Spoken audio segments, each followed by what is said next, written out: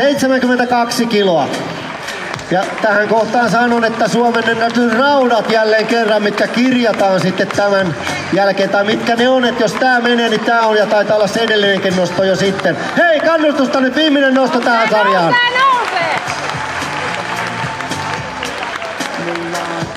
72 kiloa Suomen ennätysraudat, miehet alle 80 kiloa, hyvä yleisö.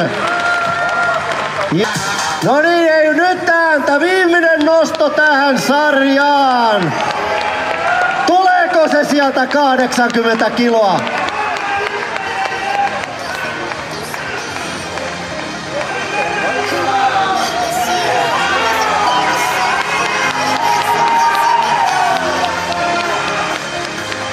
Hyväksytty suoritus!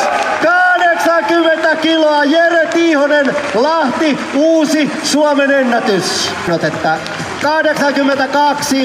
82,5 kiloa, miehet 100 kiloa, uusi Suomen ennätys. Ja nyt käsiä yhteen, että saadaan ne painot ylös sieltä.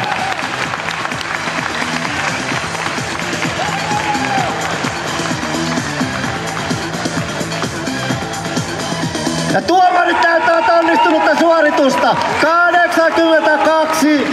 82,5 kiloa.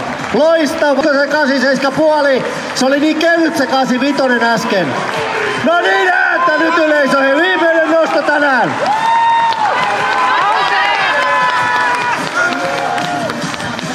Hei, hyväksytty suoritus.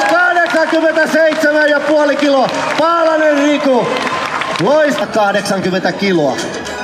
Ja taas jälleen kerran näitä ja aplodeja. Tää on toisiksi viimeinen nosto todennäköisesti. Katsotaan kuinka käy.